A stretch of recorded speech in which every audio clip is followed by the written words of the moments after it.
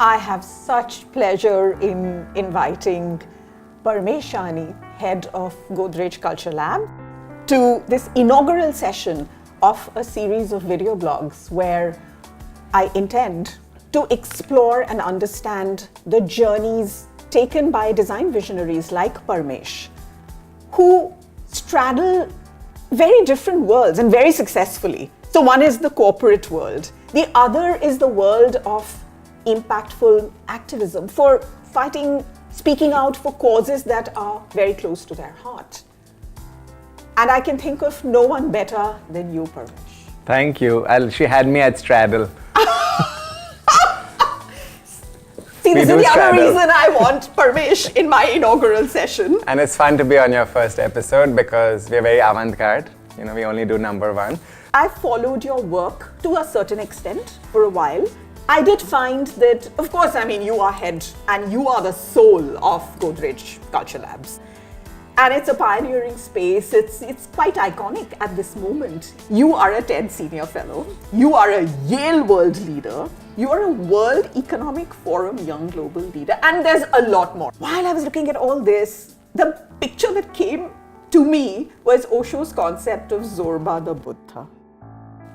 I have never thought that concept to be real, but I just felt you really signify that for me. Thank you. I thought of that, And I agree. It's these are also my politics. So everything I do comes from what matters, and what matters to me is creating a more beautiful and a more equal world. And there's multiple ways we can do this. I've chosen to do it in a few areas. Through the Culture Lab for sure. I started the lab, but it couldn't have reached where it's reached here without the love and support of so many people, starting with my incredible team, who I work alongside with every day at the lab, and I'm so grateful to work alongside with because they're absolutely amazing. To our patrons, the Godrej Group, specifically Nisa from the family and everyone else, who saw the beauty and who saw the possibility of it way before anyone else did. I've realized that because of my background and my position in the corporate world, we could take some of that activism into the corporate world, because a lot of the change that is going to come about now in a post-377 India is going to come with all the stakeholders when we come together and say, sure, we're no longer criminals, but we are not yet equal. And for that to happen, the law, health, companies, educational institutions, families, we all in a sense have to work together to change society, to change mindsets, to change attitudes, behaviors, so that we can really live in a country in which true equality exists. We go through life thinking that this is work and this is not, and we deny ourselves the opportunity to explore so many other aspects of our lives, our interests. I would say first spend some time in discovering what matters to you, and then go out and seek those other partners, which can be your employers, which can be your vendors, your collaborators, to whom those same things matter. And there are enough of those now. What matters to me is creating a more equal India, whether for LGBT or for so many other identities. What matters for me is leaving the earth slightly better. It's proving to be very, very hard in the world we live in. People don't often pay enough attention to this when they start working. They get fixated on things like package and size of which, and it's kind of silly. We know in money as well as with human beings, the size of your package doesn't matter, it's what you do with it. So I think we don't ask enough questions of ourselves to figure out what matters to us. And we certainly we don't ask these questions of companies that we are joining, or partners that we are working with, or suppliers that we are buying from. And if we can just become more and more conscious about this, like I would not want to buy my stationery from a company which is LGBT unfriendly. So maybe we should be asking, the company that provides us, Baba, tell me about your HR policies. And I think it's the same for companies as well as people. People ask, I think, often the wrong questions. Yeah. Did you have moments when you were at a fork in the road, when either you can take the road most traveled because you know what? It's just too exhausting now to try and reframe, change a narrative. Or you can travel a really difficult road less traveled. And did you have a moment like that? I mean, there may have been many, but one where, and what did you do?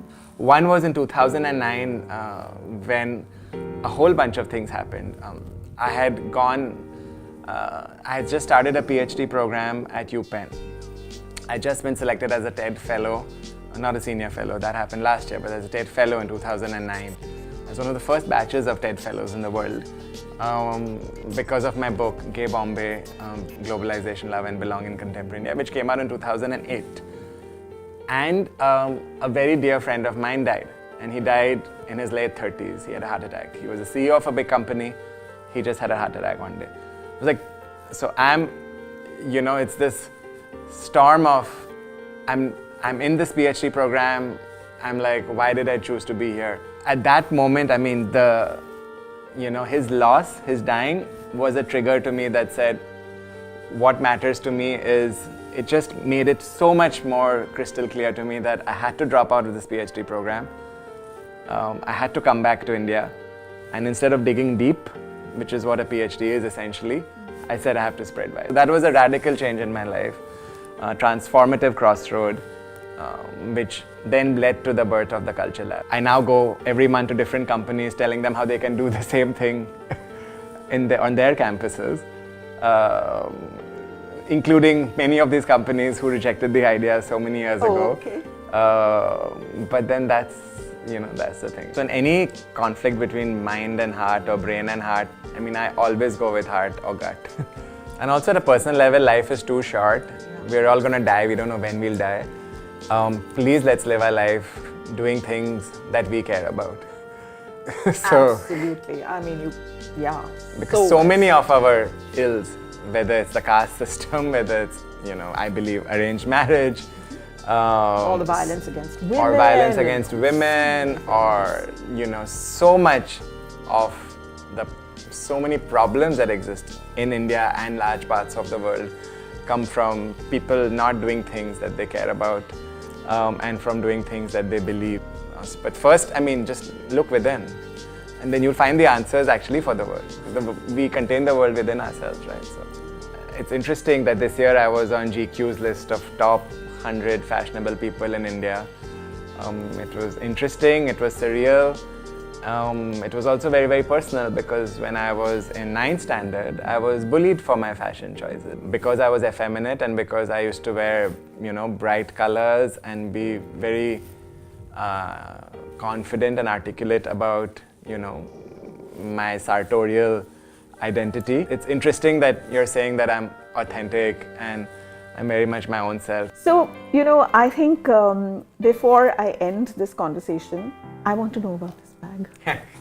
So this is fun. This is, I don't know if you can see it. It's made of recycled plastic bags. Okay. I was at Fashion Week yesterday and everyone was asking me about it. And they was like, oh my God, is it a Bottega or not? And I was like, no, babes. I commission a lot in India because I think we have, even if you see my house or if you see my wardrobe, most of it is bespoke and commissioned because we have such incredible art and artisans and craftspeople in our country. True. Designers in this country, we should be so grateful. We don't have to reinvent a wheel. I mean, so many of our solutions already lie in our past. It's in recognizing, it's in reframing, it's in adaptively using them. In today's, revisit the past and then reframe for the future. And I think it's something that designers in India, we have geographical variety, we have such history and heritage. We should really be tapping into it more and more. The joie de vivre that you have about everything, I think with that, we will close this conversation. But I wanted to, say one more thing. Just like the image of Zorba the Buddha came to me very strongly about you, Rumi, one of my favorite poets, there were some lines which I always kind of look at and I wonder, I felt they really meant for you.